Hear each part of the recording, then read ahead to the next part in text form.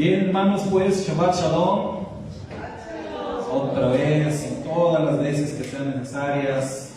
Shabbat Shalom para todos. Espero que hayan disfrutado de una buena semana y estén disfrutando desde ayer en la noche de un Shabbat también bueno, de un Shabbat delicioso que el Eterno nos está regalando. ¿Cuántos dicen amén? Amén. Si hay caras tristes en el Shabbat, no se permite estar triste.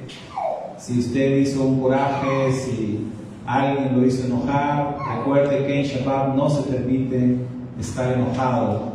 Sabemos que el enemigo no descansa y siempre hay situaciones que ocurren, pero está en nosotros el poder de parte del Eterno, está en nosotros el que podamos decir no a la tristeza, no al enojo, no a cualquier cosa que pueda distraernos de lo que es verdaderamente importante en el día del Shabbat. Así que haga usted a un lado cualquier emoción negativa, tome usted el control total de su ser, que es algo que el Eterno nos ha concedido a todos, esa libre voluntad para poder disfrutar de una manera libre y plena en este día de Shabbat.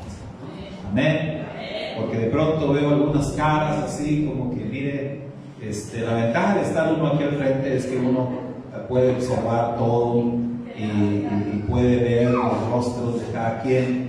Desde aquí se ve quién está contento, se ve quién está preocupado, se ve quién está como molesto, como que algo pasó. Todo se puede observar desde aquí. Y si no me cree, pues venga así un ratito acá y va a ver que sí, es verdad lo que le estoy diciendo. Así que bueno, que el Eterno nos ayude a todos, ¿verdad? Para disfrutar bien, como debe ser, este día de Shabbat y recibir su palabra también, como es debido. Así que bueno, Parashá Noach, segunda porción de la Torah de este nuevo año, de este nuevo ciclo de estudio de la bendita Torah. Y hoy vamos a estar considerando en esta Parashá Noach, que significa descanso, ¿sí? El nombre de Noach, que hemos conocido en español como Noé, significa descanso. Entonces está conectado muy íntimamente con el Shabbat. Que el Shabbat también está conectado con el tema del descanso, porque es un mandamiento que el Eterno da, que hay que descansar en Shabbat, pero no porque Shabbat signifique reposo o descanso.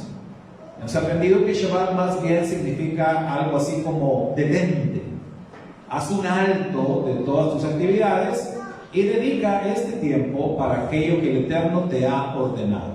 ¿Y qué es lo que nos ha ordenado el Eterno? Pues sí, descansar en Shabbat, hacer el bien en Shabbat, disfrutar de las delicias del día que el Eterno nos da. Así que bueno, Parashá Noach, y hoy vamos a considerar la séptima lectura, la séptima aliyá. Recuerden que la palabra hebrea aliyá, que utilizamos para dividir las lecturas de cada porción, esta palabra aliyá significa, ¿qué cosa? Subida, ascenso, elevarse. Esto es lo que significa aliyá. Por eso en hebreo cuando dicen vamos a hacer aliyá a Jerusalén, vamos a subir a Jerusalén. Entonces, aunque el uso que se le da en español a la palabra aliyá en relación a las lecturas de la Torah se usa así como lectura, ¿verdad? Decimos séptima aliyá, decimos séptima lectura, pero en realidad es como séptimo ascenso, ¿sí? La séptima subida. ¿Por qué? Porque creemos firmemente que cada vez que abrimos la bendita Torah para alimentarnos de ella, cada vez que abrimos la escritura para leerla, lo que ocurre es una elevación espiritual. Nosotros nos elevamos espiritualmente cada vez que hacemos una lectura de la Torah. Por eso se usa la palabra aliyá. Entonces, esta es la séptima subida el séptimo ascenso que hacemos en esta parashá Noaj, y lo encontramos en el capítulo 11 de Bereshit. Ahí encontramos la séptima aliyá, que dice: era toda la tierra de una sola lengua y unas mismas palabras. Aconteció cuando partieron del este que encontraron una llanura en la tierra de Sinar, y entonces habitaron allí. Dijo un hombre a su compañero: vamos, fabriquemos ladrillos y los coceremos al fuego. Y entonces les sirvió a ellos el ladrillo como piedra, y el betún les sirvió como argamasa. Y se dijeron: vamos, nos edificaremos una ciudad y una torre cuya cúspide llegue al cielo, y así nos haremos renombre, por si fuésemos desparramados por sobre la faz de la tierra. Descendió el Eterno para ver la ciudad y la torre que habían edificado los hijos de la persona. Entonces dijo el Eterno: he aquí son un pueblo único, con una sola lengua para todos, y esto han comenzado a hacer. Pero ahora, no impediremos a ellos todo lo que se han propuesto hacer. Vamos, bajaremos y confundamos allí su lengua, para que no entienda ningún hombre el idioma de su compañero. Y los desparramó el Eterno desde allí sobre la faz de toda la tierra, y cesaron de construir la ciudad. Por eso se llamó su nombre Babel, porque allí hizo confundir el Eterno el idioma de toda la tierra, y desde allí los desparramó el Eterno sobre la faz de toda la tierra. Estas son las descendencias de Shem. Shem era de 100 años cuando engendró a Arfaxad, 2 años después del diluvio, y vivió Shem, después de haber engendrado a Arfaxad, 500 años, y engendró hijos e hijas. Arfaxad vivió 35 años y engendró a Shelach. Y vivió Arfaxad, después de haber engendrado a Shelach, 403 años, y engendró hijos e hijas. Shelach vivió 30 años y engendró a Eber. Y vivió Shelach, después de haber engendrado a Eber, 403 años, y engendró hijos e hijas. Vivió Eber 34 años y engendró a Peleg. Y vivió Eber, después de haber engendrado a Peleg, 430 años, y engendró hijos e hijas. Vivió Peleg 30 años y engendró a Reú. Y vivió Peleg, después de haber engendrado a Reú, 209 años y engendró hijos e hijas. Vivió Reú 32 años y engendró a Serug. Y vivió Reú, después de haber engendrado a Serug, 207 años y engendró hijos e hijas. Vivió Serug 30 años y engendró a Nahor. Y vivió Serug, después de haber engendrado a Nahor, 200 años y engendró hijos e hijas. Vivió Nahor 29 años y engendró a Terach. Y vivió Nahor, después de haber engendrado a Terach, 119 años y engendró hijos e hijas. Vivió Terach 70 años y engendró a Abraham, Nahor y Harán. Esta es la descendencia de Terach. Terach engendró a Abraham, Nahor y Harán engendró a Lot. Pero murió Harán delante de su padre en la tierra de su nacimiento, en Ur de Casdim. Tomaron a Abraham y Nahor para sí mujeres. El nombre de la esposa de Abraham, Sarai, y el nombre de la esposa de Nahor, Milcá, hija de Harán, padre de Milcá y padre de Isca. Pero Sarai era estéril, no tenía hijo. Tomó Terach a Abraham su hijo, a Lot, hijo de Harán, hijo de su hijo, a Sarai su nuera, esposa de su hijo, Abraham, y salió con ellos de Ur de Casdim para ir a la tierra de Canaán. Llegaron hasta Harán y se radicaron allí. Y fueron los días de Terach 205 años, y murió Terach en Harán. Y ahí concluye la parashá Noaj, en este capítulo 11 del libro de Bereshit. Así que vamos a ver el tema de hoy, inspirado en este capítulo 11, y le hemos titulado a este tema el juicio contra Babel. El juicio contra Babel. En el contexto de nuestra porción, Noah, el Eterno envió un gran diluvio sobre la tierra. El Eterno vio que la maldad se había multiplicado en gran manera. El Eterno vio que los hombres solamente se dedicaban a hacer el mal. Esa era la situación de aquella primera humanidad. No había pensamiento para otra cosa más que solamente, dice la Escritura, hacer de continuo el mal. En medio de toda aquella generación, Noah halló gracia ante los ojos de Hashem. Noah, según entendemos, no se había contaminado. Sus generaciones eran perfectas, dice la Torah.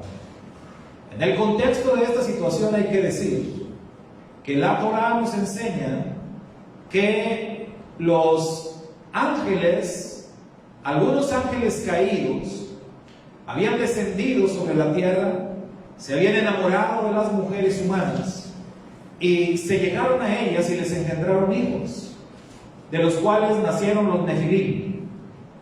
Los Nefilim fue una raza de gigantes, pero la característica principal de los Nefilim no era su estatura, sino era su maldad. La mezcla del ADN angelical con la mezcla del ADN humano dio como resultado unos híbridos que no eran otra cosa sino seres totalmente malvados. La tierra se corrompió completamente, al grado de que incluso hubo bestialismo. Hubo aquellos seres angelicales también se llegaron incluso a las bestias y engendraron algunas bestias híbridas también, algunos tipos de monstruos de los que dan testimonio las diferentes culturas en la humanidad. Toda aquella situación llegó a un punto en el cual el Eterno tomó la decisión de raer con todo. Pero Noé encontró gracia, porque dice la Torah, sus generaciones eran perfectas, es decir, ellos no habían contaminado, no habían comprometido su ADN. Y seguramente no eran solamente ellos, seguramente había más personas que no habían comprometido el ADN que el Eterno les había entregado. Y a esos fueron a los cuales Noé les estuvo predicando durante 120 años, tiempo que tardó en construir el arca. En esos 120 años hubo oportunidad para que todas aquellas personas que no hubiesen comprometido su ADN, que no se hubiesen contaminado, pudieran entrar juntamente con Noé y su familia en el arca. Sin embargo, no le creyeron. No le creyeron a Noé y finalmente solamente Noé, su esposa, sus 3 hijos varones y sus 3 nueras entraron en el arca, así como una pareja de cada animal. Bueno, entraron 7 parejas de los animales considerados como puros y solamente una pareja de cada animal considerado como impuro. Todos entraron en el arca, una especie de barco gigantesco que Noé construyó por mandato del Eterno, con las medidas que el Eterno le dijo, con la forma que el Eterno le dijo. Un barco como de 3 pisos, grandísimo, en donde entraron los animales, entraron las personas, entraron muchas cosas allá, y donde Noé, juntamente con su familia y todos los animales, habrían de permanecer hasta que las aguas descendieran sobre la tierra. Una vez que pasó el tiempo del diluvio y una vez que descendieron las aguas, para lo cual pasó pues un año completo, Noé y su familia finalmente salieron del arca y reciben instrucciones del Eterno. Recordemos, hermanos, que esta es una nueva humanidad. Así como en el principio el Eterno le dio instrucciones a Adán y a Eva, ahora el Eterno le da instrucciones a Noé y su familia, porque ellos son la nueva humanidad. Y puesto que la primera humanidad, o la primera oportunidad que se le dio al ser humano, terminó mal, entonces se dan instrucciones, y algunas instrucciones son nuevas para Noé y su familia, tratando de prevenir que no volviera a pasar lo mismo que había ocurrido con los antidiluvianos. Entonces comienza esta nueva aventura. Noé y su familia comienzan a poblar la tierra. Y de eso nos habla ahí el capítulo 10 de Bereshit. Y en ese contexto es que nace, nos dice el capítulo 10, nace un hombre conocido como Nimrod. Ese hombre conocido con el nombre de Nimrod, nos dice la Torá algo muy particular sobre él. Dice que Nimrod fue el primer poderoso sobre la tierra.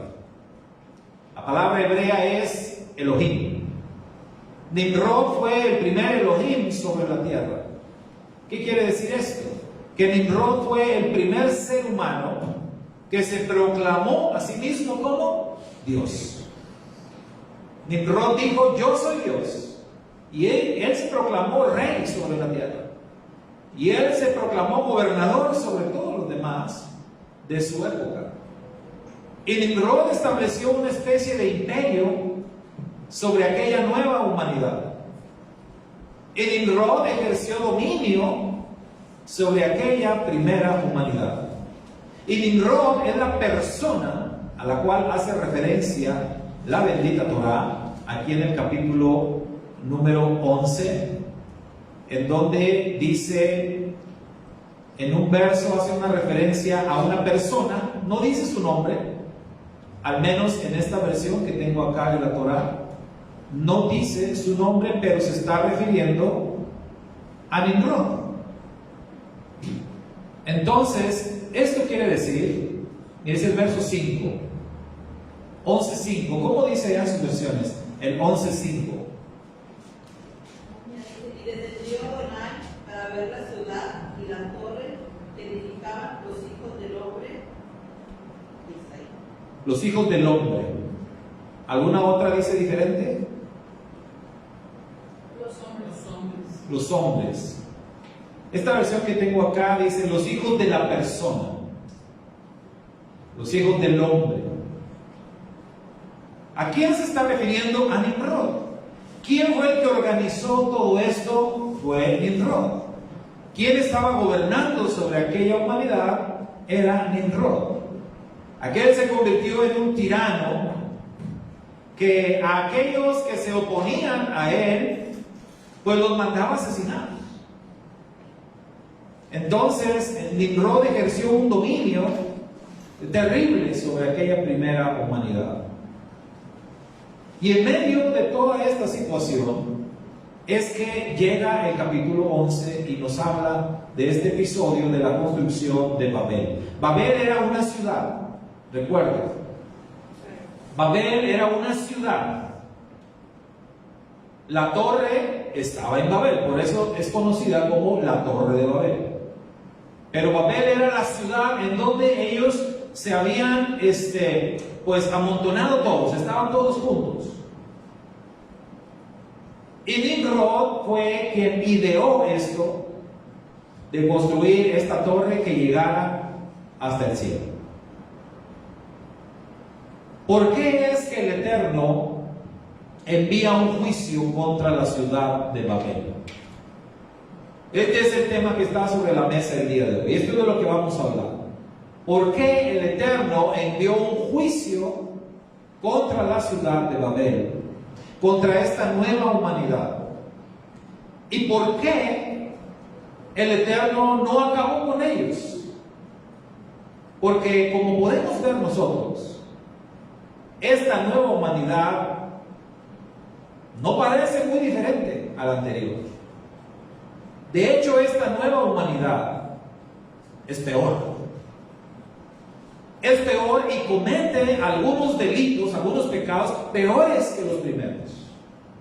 Si la primera humanidad fue digna de juicio y de ser exterminada, esta segunda humanidad merecía el mismo destino.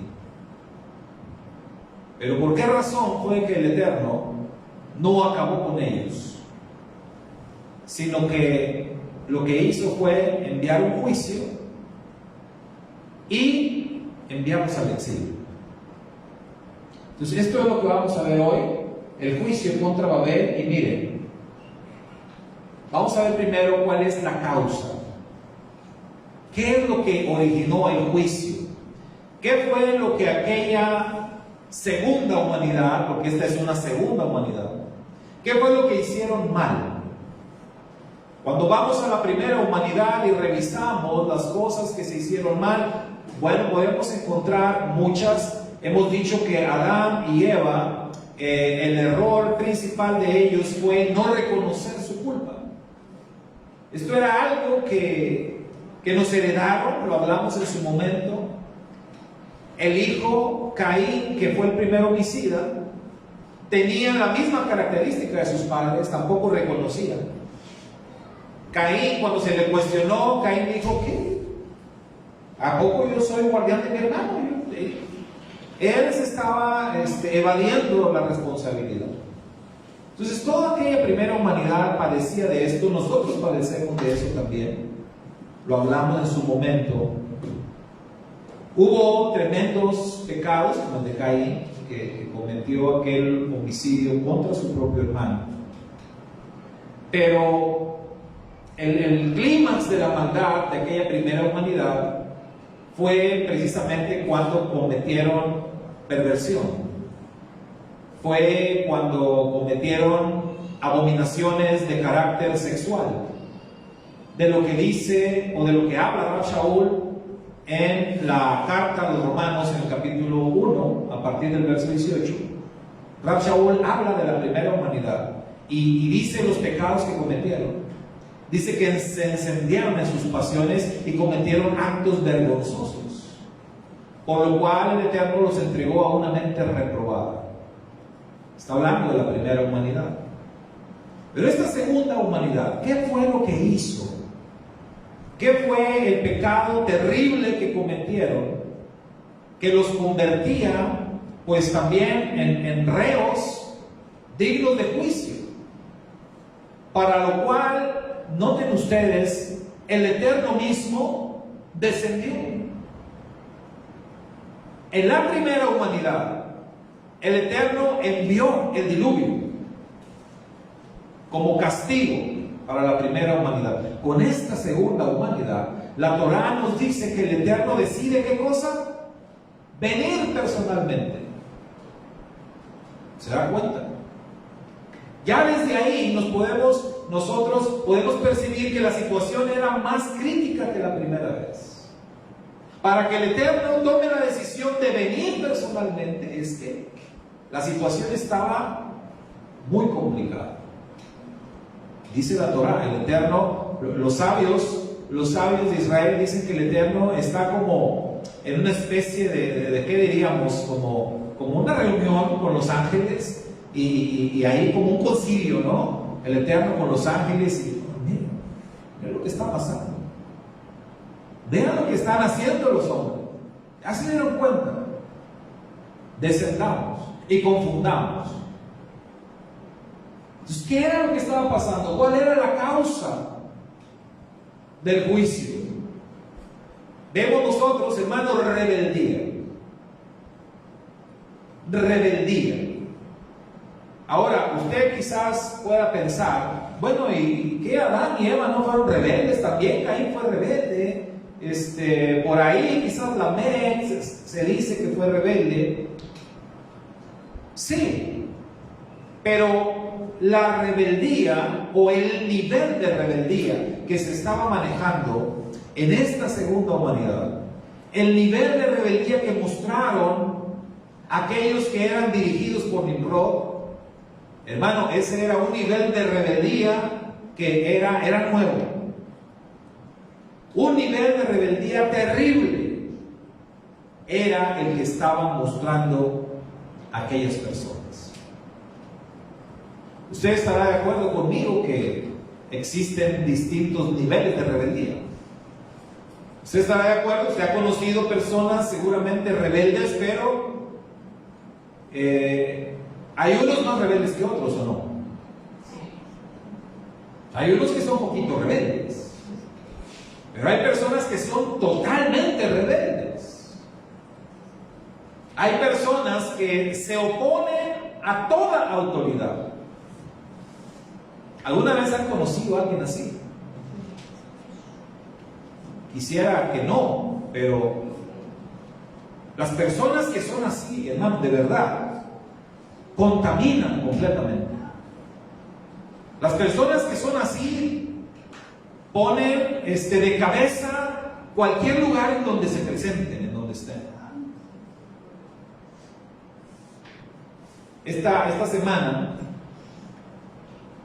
tuvimos le estaba yo diciendo a mi hijo, porque ahí al lugar donde vamos, al gimnasio donde vamos, ese día él no se dio cuenta, pero llegaron unos visitantes, y eran hermanos, fíjense, unos 2 hermanos gemelos, iban con una muchacha, y llegaron y empezaron a entrenar, pero desde que llegaron, yo observé uno de ellos, pues, un tipo bastante raro. Eran muchachos jóvenes. Y es algo que he comentado otras veces, no sé si pase con todos los gemelos, pero con muchos gemelos pasa que dicen que hay uno bueno y uno malo. ¿Sí? No sé qué tan cierto es. Yo he conocido varios gemelos y sí, luego uno, no malo o bueno, pero siempre como que uno es más tranquilo y el otro es más rebelde, ¿no? Más inquieto. Bueno, estos hermanos gemelos llegaron ahí al gimnasio y empezaron a entrenar, y el bueno, vamos a decirle el bueno, pues bien, tranquilo, pero el otro, oye, hermano, parecía como, no sé, ¿conocen el demonio de Tasmania? Pues haga de cuenta, el de la caricatura, el monito ese que parece un remolino y corre de un lado a otro y como que todo va destruyendo. Bueno, así parecía ese muchacho. Iba y se ponía en un aparato a hacer ejercicio y con una energía agarraba y le daba y aventaba la pesa y se levantaba con una fuerza y movía todo y agarraba las mancuernas y las aventaba por allá. Oye, el instructor tuvo que llamarle la atención. Oye, amigo, ¿qué te pasa? No te enojes, le digo, tranquilo. ¿Qué? Oye, ¿qué? No sé qué. Y empezó a hablar en inglés y así, o sea, una persona, para mí, insoportable, rebelde extremo. Su hermano vino y trató de calmarlo y le habló, como que eran 8, ¿no? Le habla en inglés su hermano y le dice, ¿qué pasa? Tranquilízate, mira, ¿qué? No, así es esto y así se hace, no pasa nada, no, se puede quebrar las cosas, y no, hombre, estamos en México, y no pasa nada, y aventó no sé qué otra cosa. Pues el rato que estuvo este hombre ahí, así se la pasó. Luego fue a comprar una botella de agua, se la tomó toda, aventó la botella y dije, qué carácter, ¿no? Qué rebeldía. Una persona así, a donde quiera que vayas, vas a tener problemas. A donde quiera que vayas.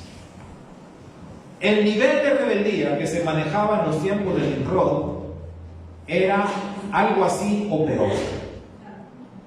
Nimrod era un personaje totalmente rebelde, agresivo a más no poder. Por eso la Torá lo describe como un poderoso cazador. Así dice una versión, ¿no? Poderoso cazador sobre la tierra. Ese era Nimrod. Violento a más no poder. Agresivo, peleonero, blasfemo, rebelde, dispuesto a romper absolutamente todas las reglas. El Eterno había dado instrucciones a aquella segunda humanidad. Pues Nimrod estaba rompiendo todas las instrucciones que el Eterno había dado y estaba enseñando a los de su generación a rebelarse contra la voluntad de Hashem. De entrada, este pecado de rebeldía a ese nivel ya era bastante grave. Y una de las cosas que nos dice el capítulo 11 al principio es que aquellas personas, aquella segunda humanidad, estaba, en hebreo dice ejad. Había unidad. Esa era la situación más delicada.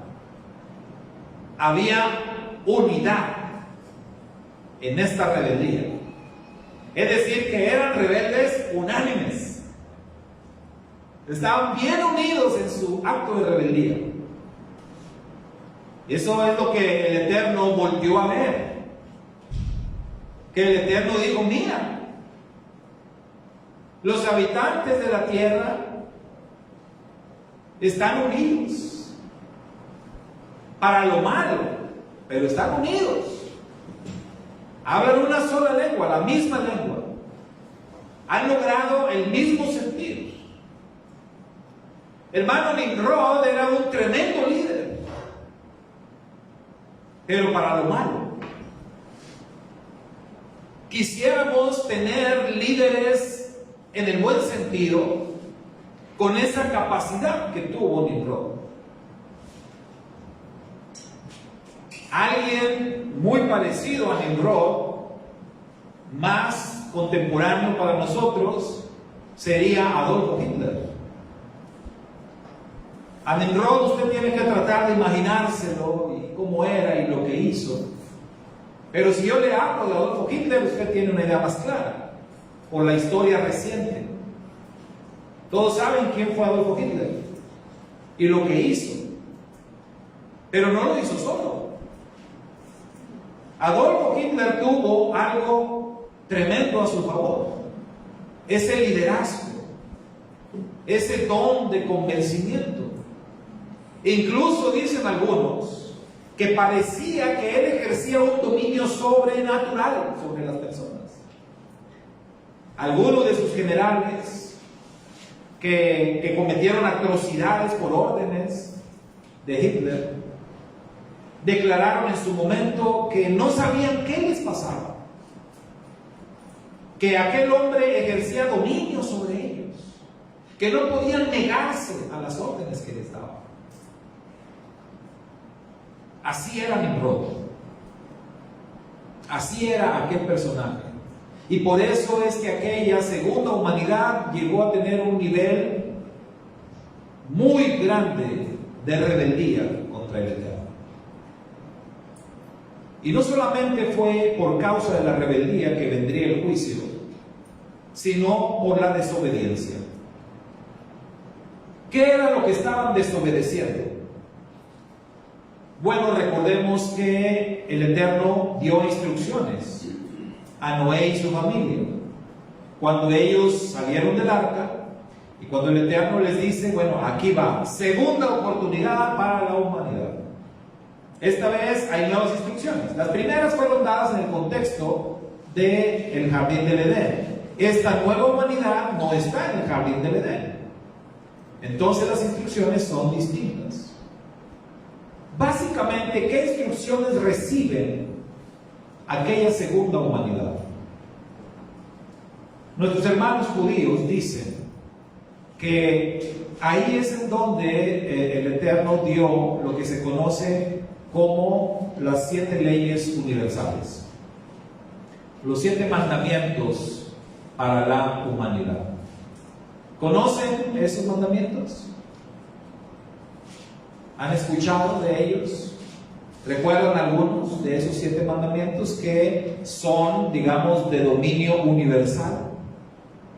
El pueblo judío dice que los 10 mandamientos son para Israel, pero los 7 mandamientos dados a Noé son para toda la humanidad.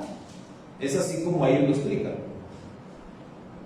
Nosotros lo entendemos de manera que sí, es verdad, pero cuando una persona reconoce al Dios de Israel y entra en pacto con el Dios de Israel, bueno, ahora también tiene como obligación obedecer toda la Torá. Y no solamente los 7 mandamientos universales. Porque de otra manera, en los 7 mandamientos universales no está guardar el Shabbat. No estaríamos nosotros obligados a guardar el Shabbat. Pero creemos con perfecta fe que hemos sido injertados por el Mashiach Yeshua en el pueblo santo y por lo tanto estamos comprometidos a guardar toda la Torá. Pero si partimos de las 7 leyes universales, las cuales toda persona está obligada a caminar en ellas, sea o no parte de Israel, sea o no un creyente, sea o no un religioso, todo ser humano está obligado delante del Creador del universo a guardar esas 7 leyes universales, también conocidas como las leyes noágidas o noaj. Entonces recordemos algunas de esas 7. ¿Quién se las sabe? No comer sangre. Bueno, sí. No comer. Ahora, la primera humanidad, la instrucción en cuanto a la comida, esto es interesante, ¿no? La primera instrucción en cuanto a la comida fue que ¿qué iban a comer? Adán y sus descendientes. De todo fruto, de todo árbol, o sea. Pero Adán y la primera humanidad no se les había dado instrucción para matar ni para comer animales. Estamos con la primera humanidad. Ellos reciben instrucción para comer solamente del fruto de la tierra y nada más. Es decir, que la primera humanidad era, ¿cómo se dice? Vegano. Vegetariano, vegano, no sé, hoy hay tantos términos que no sé. Pero bueno, la orden o la instrucción fue comer del fruto de la tierra y nada más. Una de las acciones rebeldes que cometió aquella primera humanidad fue que empezaron a matar animales y comérselos sin el permiso del cielo. ¿Sí? Esta segunda humanidad, en las instrucciones que recibe es: está bien, ¿te gusta comer animales? Porque ya se lo estaban comiendo desde antes, ¿no? ¿Te gusta comer animales? Está bien. El Eterno consideró que no era algo tan grave y está bien, van a poder comer animales, no de todos, solamente animales puros. Los impuros no los vas a poder comer, y los que comas no vas a comer animal vivo, no vas a comer el animal con su sangre. Y ese es uno de los mandamientos universales. ¿Sí? Es uno. Pero ¿cuál será el primero, hermano? El más importante. El primeritito que el Eterno les dio. No ídolos. No ídolos. Ese mandamiento es para todo el mundo. ¿Se da cuenta? Para todo el mundo. Porque no hay otro Dios, dice Hashem. No existe ninguno. Hashem dice: yo soy el único Dios, domino el universo, no conozco ningún otro Dios, por lo tanto no te harás ningún Dios. Ese es un mandamiento para todo el mundo. Prohibida la idolatría. Pero ¿qué pasó? Que se levanta Nimrod y dice: yo soy Dios. Y ahí está la desobediencia.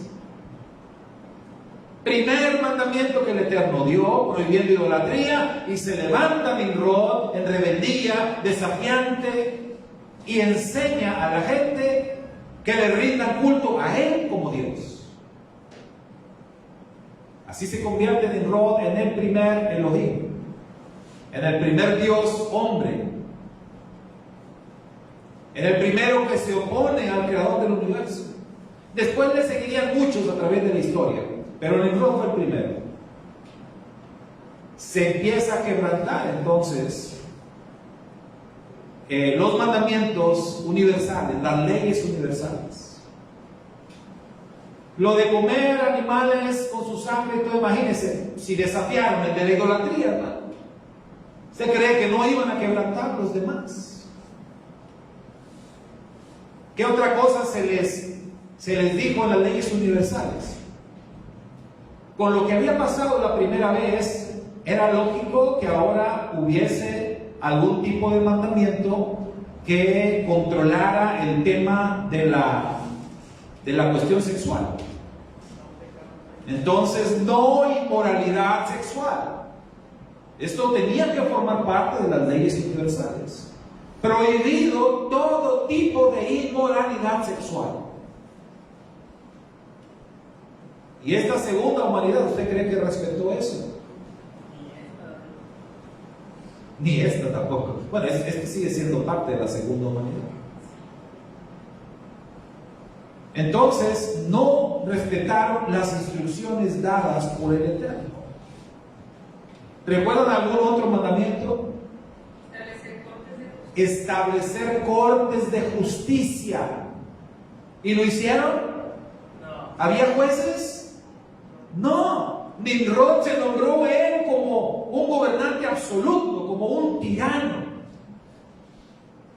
A Nimrod no le importaba la opinión de nadie en absoluto. Si no le importaba la opinión del creador del universo, ¿usted cree que le importaba lo que la gente dijera?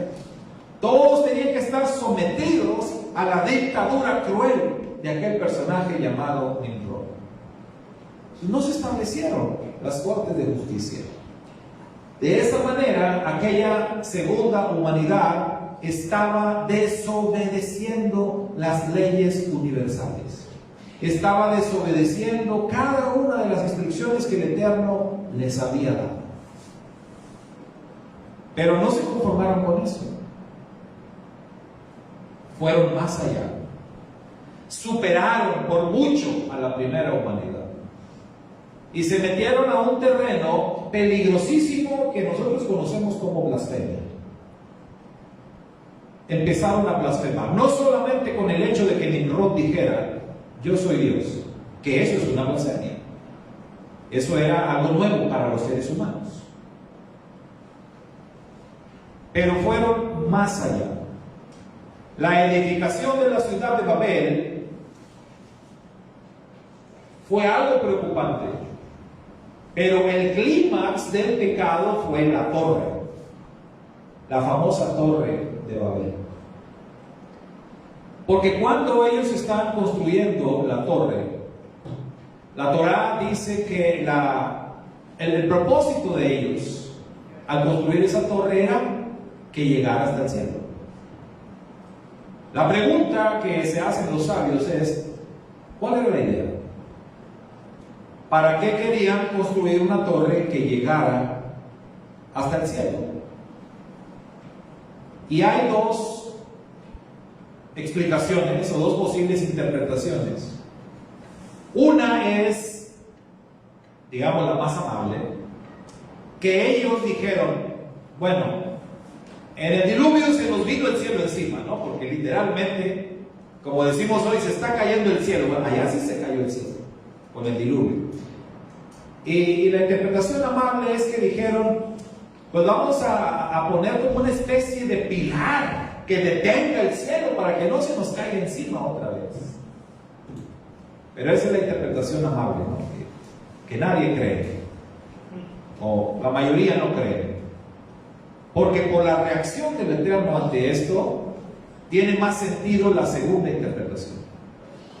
Y es que ellos estaban construyendo esta torre para nada más y nada menos que tomar el cielo por asalto. Fíjense la mentalidad de aquellas personas, de Nimrod. Vamos a asaltar el cielo. Vamos a construir una torre, vamos a subir y vamos a tomar el control del cielo. Cuando nosotros hacemos la oración conocida como Abinu, el Padre Nuestro, ¿qué decimos? Venga a nosotros tu reino. Porque el reino de los cielos tiene que venir a la tierra. De eso es de lo que se trata. Pero Nimrod y compañía decidieron que el reino de la tierra iba a subir al cielo y tomar el control. ¿Sí captan el tamaño de la blasfemia? ¿Sí captan el desafío tan enorme?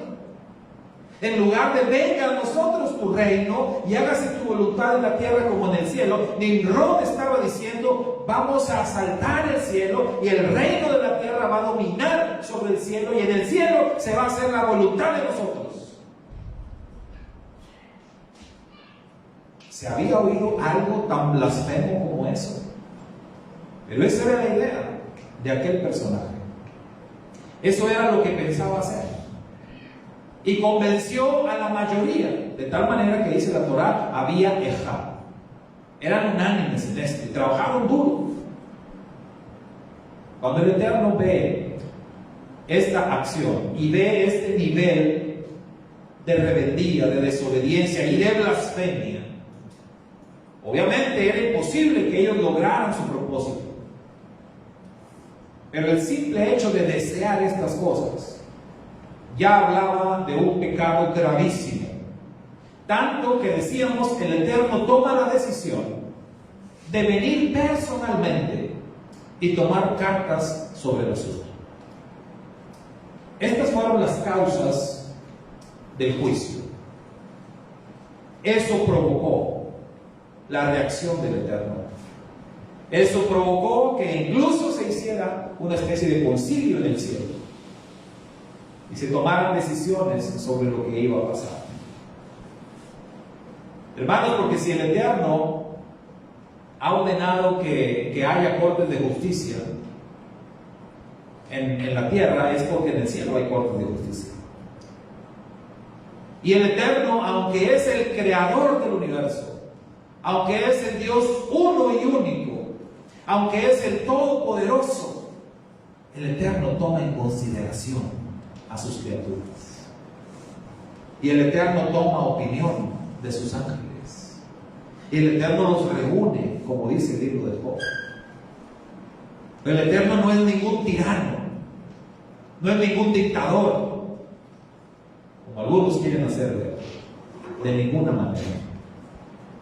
Cuando esto está pasando, el Eterno, juntamente con la corte celestial, decide: hay que bajar, hay que arreglar esto, pero ya, hay que frenarlo.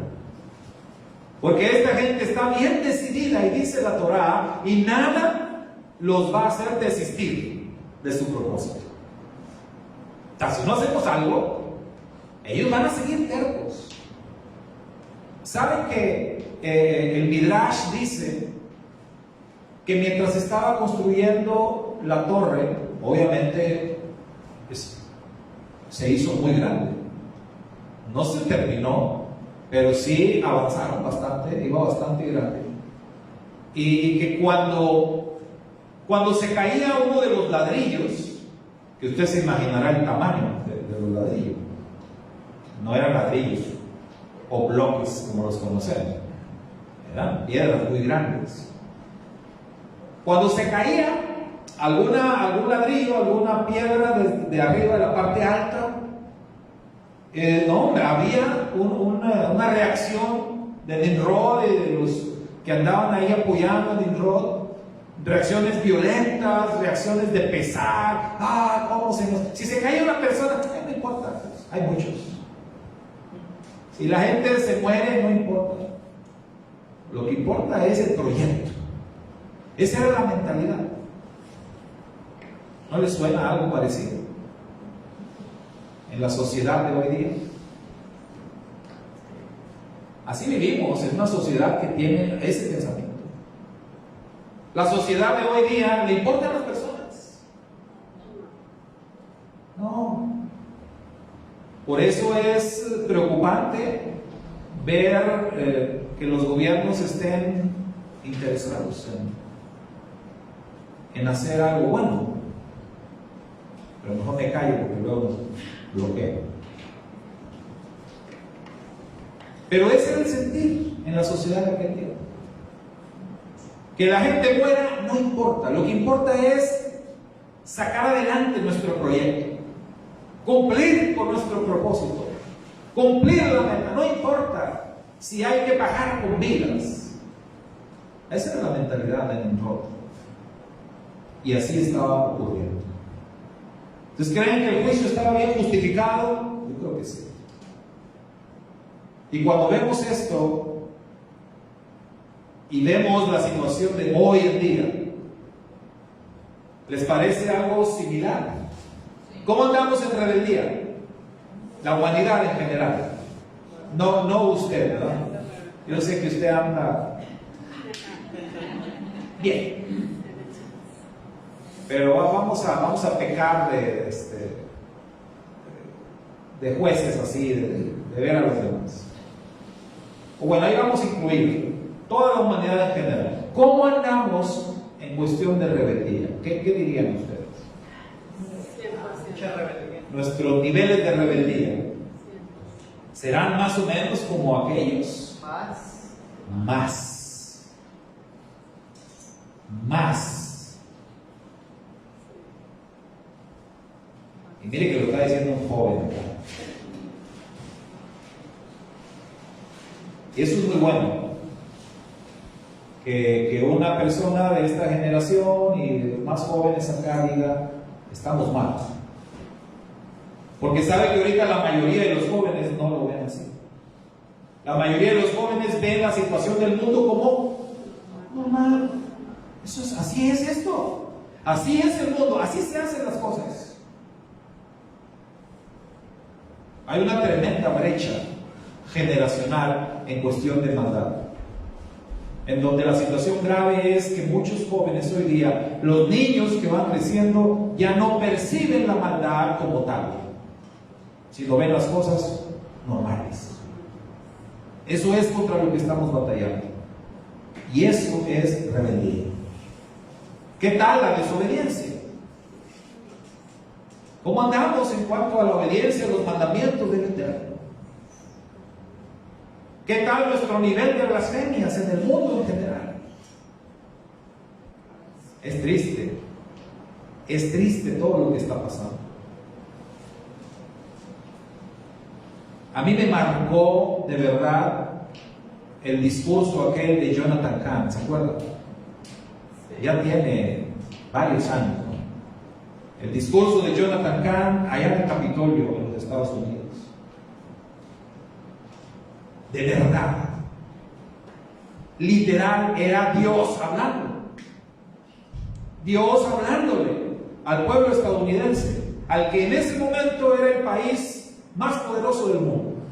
Era una llamada fuerte. Y este mismo varón habló también de las Naciones Unidas.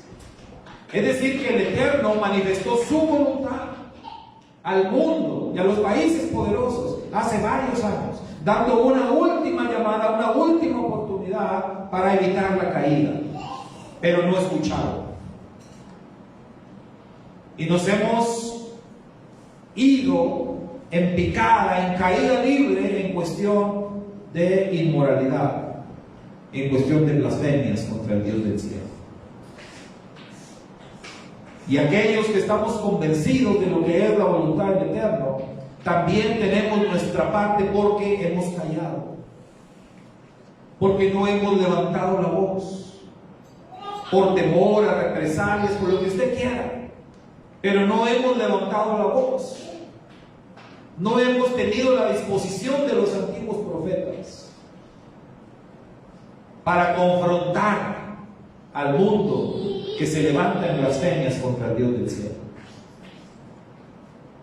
No hemos querido arriesgarnos a que expulsen a nuestros hijos de las escuelas o que pase algo peor, o que vayamos a dar a la cárcel por confrontar al sistema de este mundo.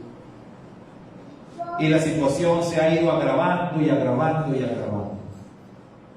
De tal modo que el juicio que viene está bien justificado, así como lo estuvo el juicio de Babel. Ahora, vamos a la siguiente. ¿En qué consistía el juicio? ¿En qué consistió el juicio que el Eterno vino a traer sobre Babel? El Eterno dijo: descendamos. Vamos a descender. Entonces, eso es bien importante, hermano, porque dijimos que la primera vez en el diluvio el Eterno no descendió, envió el diluvio. Pero en esta ocasión el Eterno decide venir personalmente, descender. En este juicio hay una manifestación del Eterno, presencial. Parte del juicio del Eterno siempre va a ser destruir. Hay destrucción. En el diluvio hubo destrucción. Ahora también hay destrucción. ¿Qué es lo que el Eterno iba a destruir acá? La unión. Iba a destruir esa unidad que había. Iba a golpear esa unidad. Esa ejá que menciona capítulo 11, verso 1. Hay que destruir esa unidad porque es bien peligroso. ¿Saben ustedes que uno de los delitos más graves que se castigan hoy día es uno que se llama asociación delictuosa? ¿La han escuchado? Se les acusa de asociación delictuosa. Una cosa es que tú andes haciendo algo malo, tú solito, pero ya cuando andan varios, una banda, una pandilla, y andan juntos haciendo maldades, unidos con un mismo propósito, ese pecado es mucho más grave, ese delito es mucho más grave. Asociación delictuosa. ¿Por qué? Porque tú solo sí puedes hacer mucho mal, pero no tanto como el que vas a ser asociado con 4, 5, 10 o 20 más. Entonces, aquella generación, Nimrod había logrado una unidad. Aquella segunda humanidad estaban unidos de tal manera que el Eterno dijo: hay que descender y hay que acabar con esa unidad. Hay que destruir esa unidad. Otra palabra que dijo el Eterno es confundamos. Entonces, el juicio consiste en destrucción, el juicio consiste en confusión. Entonces viene destrucción, viene confusión y viene dispersión. Los juicios del Eterno normalmente son así. Si usted lo revisa, todos los juicios del Eterno van a tener estos ingredientes siempre. Si hablamos, por ejemplo, de cuando Yeshua fue juzgado, que aunque cuando leemos los evangelios pensamos que este juicio venía por parte del pueblo judío o que venía por parte de los romanos, todas esas son ideas equivocadas. El juicio de Yeshua venía de parte de ¿quién? De Hashem, del Padre, del Creador del universo. El juicio sobre el bendito Redentor venía de parte del Padre. Entonces, en el juicio en contra de Yeshua hay destrucción también. Hay destrucción. De alguna manera se destruye la unidad que había en el grupo compuesto por Yeshua y sus discípulos. Hay confusión, porque ellos también fueron confundidos. Y hay dispersión. Hasta la Escritura dice: el pastor es herido y las ovejas dispersas. Era un juicio del Eterno. En este juicio contra Babel iba a ocurrir también esto. Había necesidad de destruir aquellas ideologías. Había necesidad de destruir esa unidad, esa asociación. Había necesidad de destruir esa voluntad férrea que tenían los hombres. Había necesidad de destruir, hermano, esas intenciones pecaminosas de querer asaltar el cielo. Había necesidad de destruir toda esa filosofía que Nimrod había plantado en el corazón de aquella gente. Hubo necesidad de confundirlos, porque aquí algo que funciona es la confusión. ¿Y qué fue lo que el Eterno confundió? Dice los lenguajes, de manera que ya no pudieran comunicarse unos con otros, y se rompió la unidad, y entonces empezó a haber toda esta situación de confusión. Finalmente toman la decisión de dispersarse. Finalmente, digamos, los grupos que se entendían unos con otros se fueron juntando y finalmente fueron dispersos. Dice en los libros de la sabiduría judía que lo que pasó con la Torre de Babel, que ya dijimos iba muy avanzada, iba bastante grande. Dicen nuestros sabios maestros de Torah que un tercio de la famosa Torre de Babel quedó sepultada bajo tierra. Es decir, se hundió, como si se abrió la tierra y se tragó un tercio de la torre. Otro tercio de la torre, la parte alta, la parte de arriba, se derrumbó. Pero un tercio de la torre fue dejada ahí para testimonio, para vergüenza del intento fallido que habían llevado a cabo. Y en eso consistió el juicio. El Eterno, hermano, destruye, confunde. El Eterno dispersa a los rebeldes y también los avergüenza. Aquellos que confiamos en Hashem, los que somos parte del pueblo elegido, somos los que podemos decir como el salmista: no seré yo avergonzado. Pero el que se rebela contra el Dios del cielo debe ser avergonzado por haberse rebelado, por haber blasfemado contra el Eterno. Esos sí serán avergonzados. Y en eso consiste el juicio. Ahora bien, hubo consecuencias de este juicio. Es decir, hubo cosas que pasaron una vez que el juicio se consumó. Y esto es lo que vemos en la segunda parte del capítulo 11. ¿Qué fueron esas consecuencias? Bueno, miren, hubo cumplimiento. Podemos decirlo así, hubo cumplimiento. ¿Qué fue lo que se cumplió? La voluntad del Eterno. Porque recuerda usted las instrucciones dadas por el Eterno a Noé y su familia. Una de las instrucciones que se le dieron a Noé y su familia coincidía con las primeras instrucciones dadas a Adán y Eva. ¿Cuál era esa instrucción? Fructificaos y llenad la tierra. ¿Sí? Fructifíquense y llenen la tierra. La misma instrucción dada a Adán y Eva fue dada a Noé y su familia. Hay que esparcirse, necesitamos poblar toda la tierra. Pero ¿qué hicieron? Nimrod y sus seguidores construyeron una ciudad y dijeron: vamos a quedarnos aquí juntitos todos. Si nos dispersamos, nos puede ir mal. Mejor todos juntos.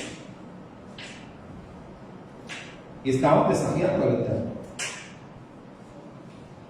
La voluntad del Eterno se va a cumplir, sí o sí. Y si no, pregúntenle a Moisés. Cuando el Eterno llamó a Moisés, usted sabe que Moisés se negaba. Moisés puso excusas hasta que el Eterno le dijo: vas a ir, y se acabó.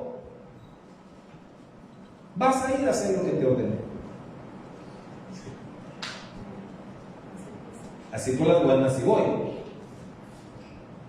¿O qué tal que le preguntemos a Jonás? Profeta Jonás. Profeta Jonás fue rebelde. Profeta Jonás dijo: no, yo no voy a ir. Y Jonás tenía otras razones, ¿verdad? Jonás decía: no, tú eres un Dios perdonador, de seguro voy a ir y se van a arrepentir, los vas a perdonar y nada, me caen mal los ninivitas, si de veras vas a acabar con ellos, voy, si no, ni para qué vaya. Y se negó. Y no solo eso, huyó de la presencia del Eterno. Pero leemos el libro de Jonás, ¿y qué hizo Jonás al final? Tuvo que ir. Porque la voluntad del Eterno se debe de cumplir. Y se va a cumplir. De una manera o de otra se va a cumplir. Y lo que vemos acá, la consecuencia del juicio fue cumplimiento. Finalmente fueron dispersos y tuvieron que llenar la tierra. De ahí se formaron las 70 naciones de la antigüedad. Se cumplió el plan del Eterno. Incluso si pensamos en los discípulos de Yeshua, recuerda que Yeshua les dijo: recibiréis poder y me seréis testigos en Jerusalén, en toda Judea, en Samaria y hasta lo último de la tierra. Ahí están las instrucciones. Y dice el libro de los Hechos que llega un momento en donde se cumple la primera fase, plan de Yeshua, se cumple la primera fase y dice literalmente el libro de los Hechos: y toda Jerusalén estaba llena de la doctrina de los discípulos de Yeshua. Ya habían llenado toda Jerusalén. O sea, ya habían dado testimonio en toda la santa ciudad de Jerusalén.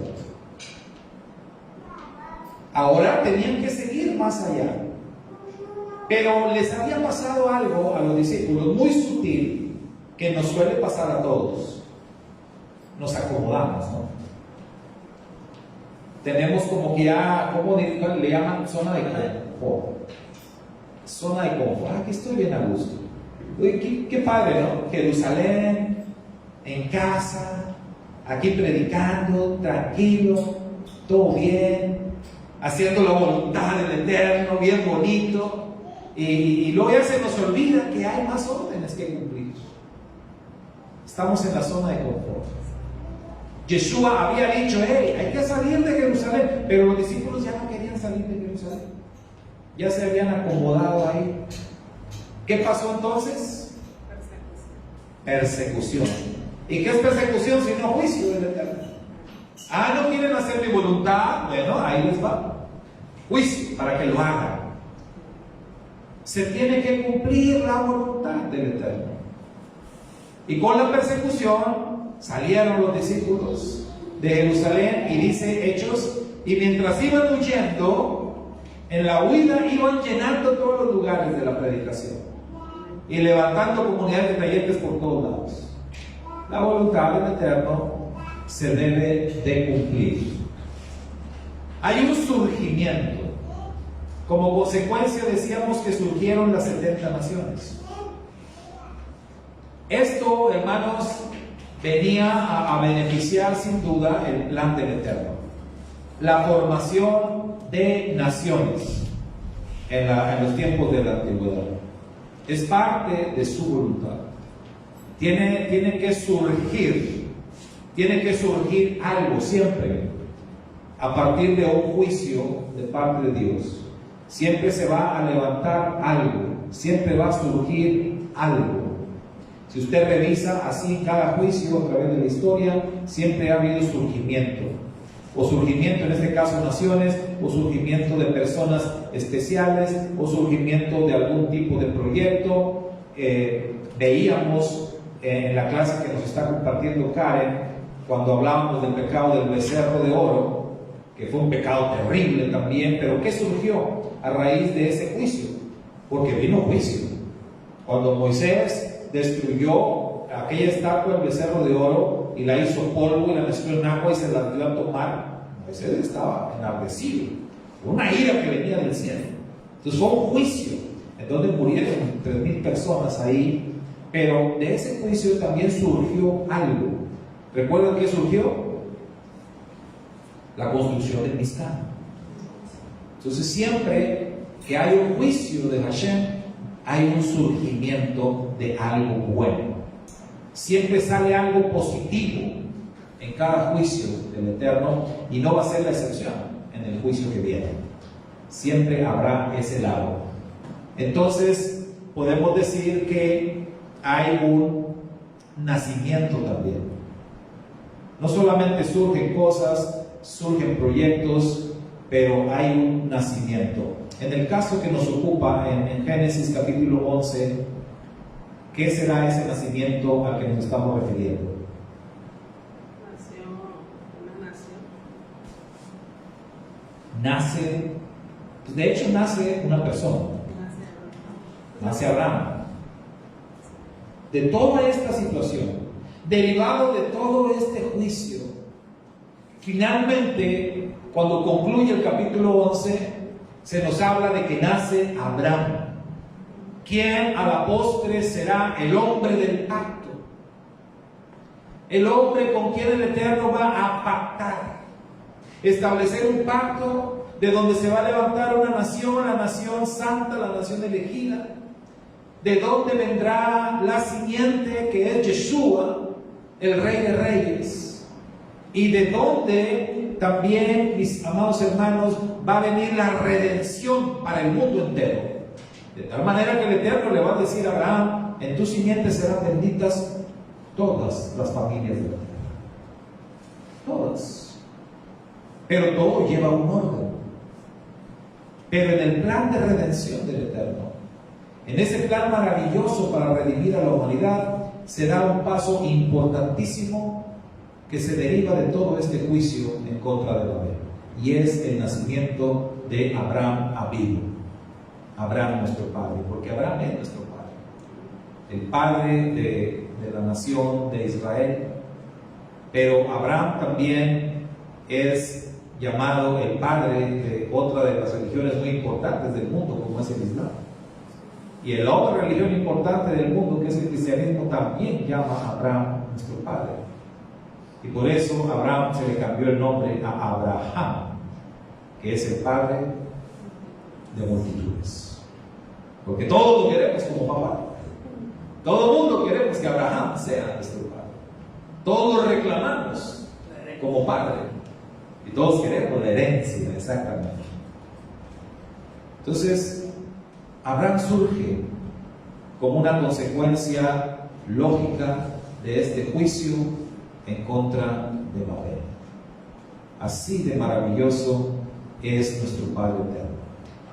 Viene un juicio más, viene un juicio muy grande sobre esta humanidad en la cual estamos viviendo nosotros, sobre esta generación que, como ya se dijo, sin lugar a dudas superamos y por mucho a los antediluvianos, y superamos y por mucho a los postdiluvianos. Nosotros somos la generación más perversa que ha existido en toda la historia de la humanidad. Somos la generación más rebelde, somos la generación más blasfema. Y no piense usted, hable por usted, hermano, yo que no. Tenemos que ser como Daniel y tenemos que decir: hemos pecado, hemos hecho lo malo delante de tus ojos, hemos ofendido tu santo nombre, hemos hecho todo lo que no debíamos de hacer. Porque, hermanos, al no levantar la voz y al no confrontar, somos cómplices de esta generación en todo lo que se ha hecho y en lo que se está haciendo. Y somos culpables y merecemos el juicio que viene. Y viene un juicio mucho más fuerte que el diluvio. Y viene un juicio mucho más fuerte que el que se efectuó contra Babel.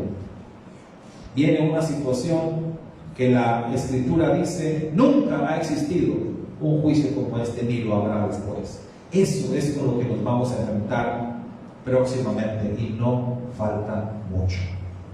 El juicio contra Babel no es nada para lo que nos va a tocar a usted y a mí. La pregunta obligada es: ¿estamos preparados para eso? Espero que sí. Espero que sí. Que el Eterno tenga misericordia de nosotros. ¿Qué tenemos que hacer? Lo que hizo Daniel: confesar nuestro pecado delante del Eterno y suplicar misericordia, suplicar perdón por nosotros, por nuestra gente, por el mundo, y que el Padre tenga piedad en medio de ese juicio. Si nuestra plegaria es escuchada, podremos salir adelante y podremos permanecer aún después de ese juicio, y podremos esperar, como en este juicio de Babel, que algo bueno va a venir y que algo bueno se va a levantar después de este juicio. Shabbat Shalom. Shabbat Shalom para todos, aún con estas palabras duras que el Eterno nos habla hoy. Eso no le quita la bendición a este día. Shabbat Shalom para todos, hermanos. Así concluimos y que cada palabra que el Eterno nos hable nos haga reaccionar y nos haga hacer lo correcto en el tiempo que nos queda. Bendiciones. Vamos a concluir con la entrega de las ofrendas y nos despedimos de nuestros hermanos que nos han estado acompañando a la distancia, nuestros hermanos de lejos. Shabbat Shalom.